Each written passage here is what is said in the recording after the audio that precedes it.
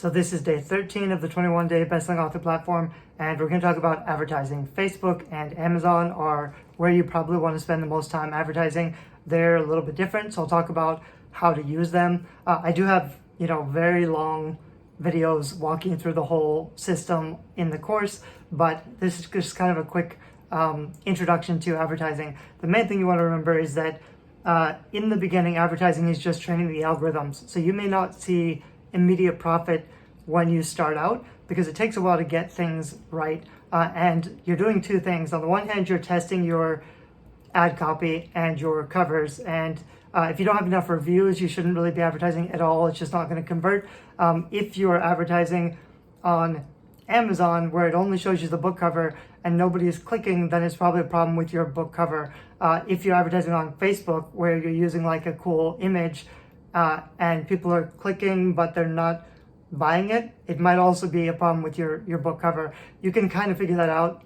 When you have a strong enough book cover, then when people click the ads, the content that they get sent to is going to match what they expected from the ad. So they're going to feel like they're in the right place. You also want to make sure you're doing a little bit of screening because you're paying per click. So if you make it really cool, but you don't really give enough details or features, you might attract a really big audience who will click on the ad, but then they don't buy it because it's not what they expected. So in your advertising copy, you can screen them out a little bit by making sure you provide enough information before they click over, so that they're warm leads. They have all the right information by the time they get to the Amazon page, and they're more likely to convert.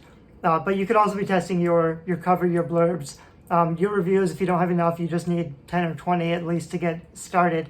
But the other thing you're doing is with specific targeting, you're training the algorithms, especially on Amazon.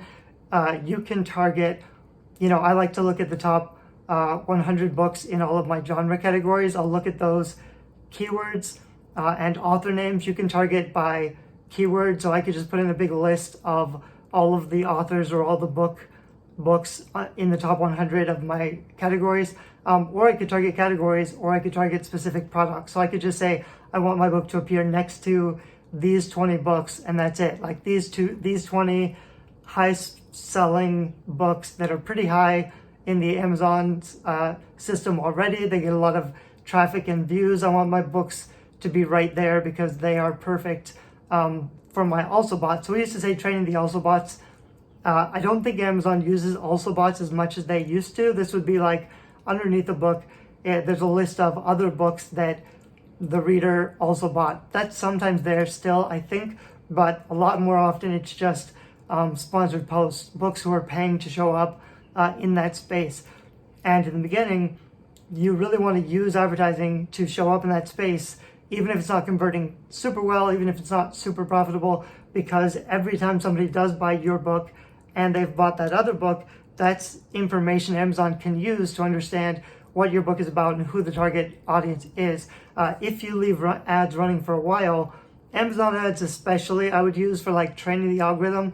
Hopefully you're breaking even, which is really difficult to do unless you have a higher priced nonfiction book at like $9.99, or if you have a box set or a series of 3 or more books where, hopefully people buy book 1 and then half of them buy book 2 and book 3. So that means that for every $1 you spend to get new readers, hopefully you're making at least $1 back. That's difficult if you've only got one book. I've spent a lot of money on advertising and marketing anyway, even though I wasn't super profitable. Now that my books, now that I have a ton of reviews and I'm finishing my series, it gets easier to advertise profitably. And I'm still, my books, I haven't marketed for a couple of years, so now I have to go back and retrain the algorithms to make sure they're sticky in the ecosystem. I want to train Amazon that, when people search for vampire or mermaid, my books belong as a search result for that query because people who are searching for those queries are buying that book. There's also kind of a weird hack you can use where if you search for something and then you scroll down long enough to find your book and click on it, then that URL that you copy paste should have some of the search history as well. So if you share that with your audience and they use that link that takes them to your book, but it has the search query that you used, that's a little way of training the algorithms to identify your book with that search term. Anyway, hope that makes sense. Facebook is a little bit different. You need pretty strong copy, a pretty strong image. The nice thing about advertising is you can test everything out. And that's the one thing I haven't really done specifically. On Amazon, you have less because you're really just either showing the cover with no text or you're showing the cover with a hook, like a one-sentence hook. And you can test out hooks really quickly on Amazon ads to see what text works the best and then update your Amazon sales page description to use that strongest hook. Facebook gives you a lot more options to test out a lot of different things, and it can take some time to do A/B split testing to see which thing is going to work the best. So you test different hooks, different buttons or call to actions, different images. You might have to run a lot of campaigns to kind of fine tune things, which gets tricky, but you can spend like, $5 a day across a couple of ads just to see, leave it running until you've got at least 100 clicks so that you can start to make smart decisions, but then keep fine tuning your ads until you get an ad that's profitable, and then you're probably going to have to leave those ads on long term. So that there's nothing that works better than advertising, but it can be really expensive. So this whole course is about building an author platform, because even though advertising really works, you're competing against people who have a really huge budget and have books that convert really well. So it's difficult, especially if you're learning to get them to perform well.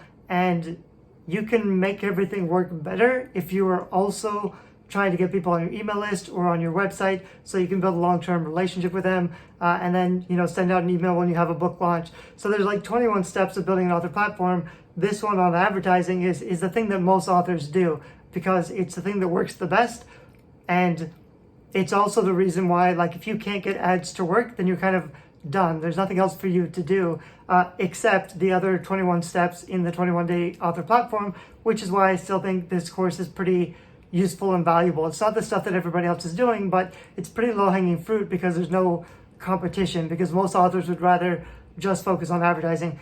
Anyway, advertising is hard to get right. A lot of people have free books or free courses about Facebook and Amazon advertising, and it's definitely a good idea to really focus on making it work.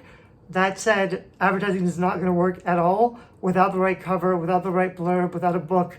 Like, if you don't understand what's the value proposition of my book that is going to make readers want to buy it, that's the part you have to figure out. It's tricky to do by yourself, and if you haven't figured that out well, advertising is not going to work for you.